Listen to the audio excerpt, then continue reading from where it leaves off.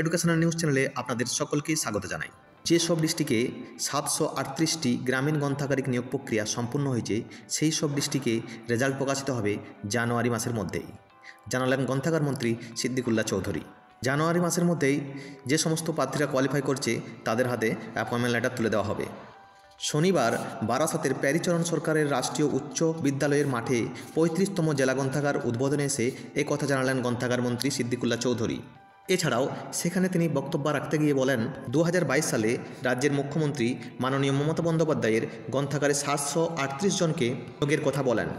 সেই নিয়োগের এই বছরই শেষ কিংবা আগামী জানুয়ারি মাসের মধ্যেই তার নিয়োগ প্রক্রিয়া সম্পূর্ণ হবে বলে তিনি জানান। অর্থাৎ যে সমস্ত প্রার্থীরা ইন্টারভিউ দিয়েছে তাদের অবশ্যই জেনে রাখা প্রয়োজন যে জানুয়ারি মাসের মধ্যেই তাদের রেজাল্ট পাবলিশ হবে এবং এই 738 জনকে নিয়োগ হলে গ্রামীণ গ্রন্থাগারিক নিয়োগের যে বিভিন্ন ধরনের সমস্যা দেখা দিয়েছিল সেই সমস্যা অনেকটাই সম্পূর্ণ হবে বলে গ্রন্থাগার মন্ত্রী জানান। অর্থাৎ গ্রন্থাগার বিজ্ঞানের ছাত্রছাত্রীদের কাছে এটি একটি দারুণ খবর।